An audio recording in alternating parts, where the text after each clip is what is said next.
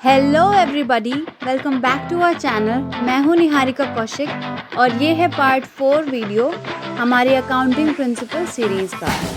तो जो आज हम कॉन्सेप्ट पढ़ने वाले हैं वो है अकाउंटिंग पीरियड कॉन्सेप्ट। शुरू करने से पहले आप अपनी स्क्रीन पर मेरी कुछ क्वालिफिकेशंस देख सकते हैं। आप चाहें तो वीडियो को पॉज कर इन्हें पढ़ सकते हैं। आपको भी विश्वास हो जाएगा कि आप एक रिलायबल सोर्स से पढ़ रहे हैं।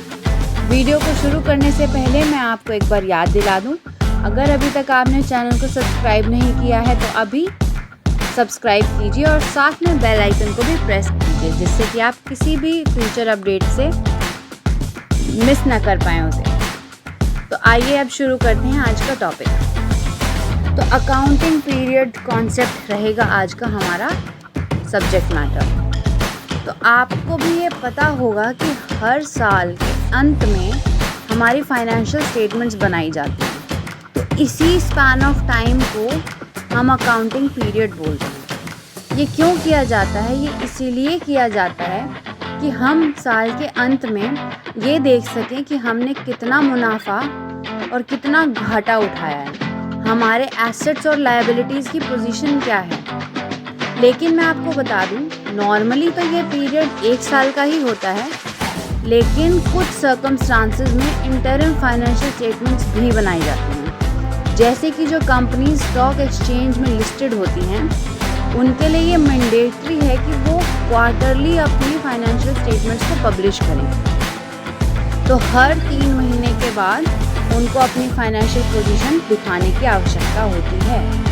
कंपनीज एक्ट 2013 और इनकम टैक्स एक्ट के अनुसार आपको अपनी फाइनेंशियल स्टेटमेंट्स एनुअली प्रिपेयर करके देनी होगी। तो आई थिंक आप ये समझ गए होंगे कि नॉर्मली जो पीरियड 12 मंथ्स का है, जिसके एंड में हम अपनी फाइनेंशियल स्टेटमेंट्स बनाते हैं, उसे अकाउंटिंग पीरियड कहते हैं। अब ये हमारी किस किस तरह से मदद कर सकता है? अब आप अगर 1 साल के अंत में अपनी परफॉर्मेंस रिकॉर्ड करते हैं तो उसे अगले साल की परफॉर्मेंस से कंपेयर भी कर सकते हैं। यानी कि आप अपनी ही परफॉर्मेंस को कंपेयर कर सकते हैं साल दर साल। हम कहते हैं ना कि मैंने इस साल इतना प्रॉफिट कमाया, जो मेरी कंपनी की ग्रोथ है वो ईयर बाय ईयर बढ़ रही है, वो इतने परसेंटेज से बढ़ी। तो वो कैसे निकलता है? आप कंपैरिजन करते हो ना, तो वो कंपैरिजन ऐसे ही होता है। अब जैसे मैंने आपको बताया कि जनरली जो है अकाउंटिंग पीरियड वो 12 महीने का होता है, यानी 1 साल।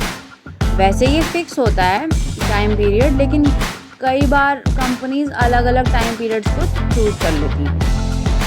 अब मैं आपको एक चीज़ बताती हूँ कि ये सब निकालना क्यों ज़रूरी है। मतलब हर साल जो आपकी परफॉर्मेंस है वो औरों को कैसे इफ़ेक्ट कर सकती है। मतलब आप तो बना रहे हो तो वो औरों को भी तो कुछ काम आना चाहिए ना। तो एक बात याद रखिएगा, जितने भी स्टेक होल्डर्स होते हैं वो सभी बेनिफिट होते हैं आपकी इन फाइनेंशियल स्टेटमेंट से।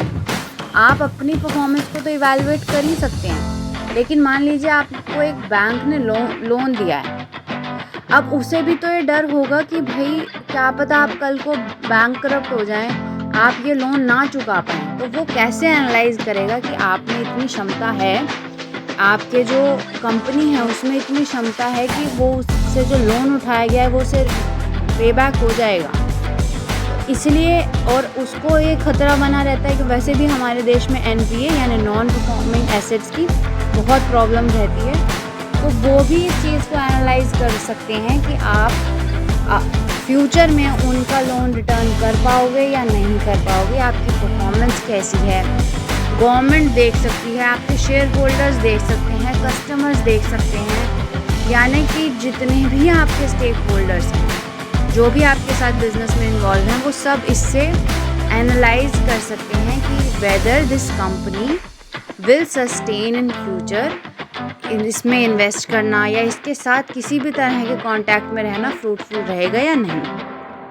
तो आपकी प्रोग्रेस में जो डिक्लाइन या आपकी जो ग्रोथ होती है, यानी प्रोग्रेस, आपकी ग्रोथ, वो दोनों असेस की जा सकती है। अब जैसे कि पहले हमने बात की कि 12 महीने का होता है नॉर्मली अकाउंटिंग पीरियड, तो वो 12 महीने आपके कैलेंडर ईयर के भी हो सकते हैं और फिस्कल ईयर के भी हो सकते हैं। ज़्यादातर फिस्कल ईयर को ही हमने एक्सेप्टेंस दी हुई है अपने देश में, यानी कि वो साल जो आपके अप्रैल से शुरू होता है, 1 अप्रैल से शुरू होता है और अगले साल के 31 मार्च को ख़त्म होता है।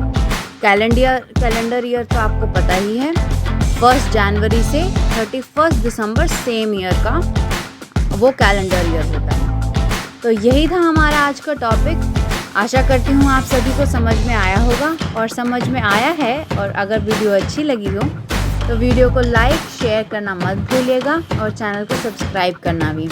Thank you, have a nice day.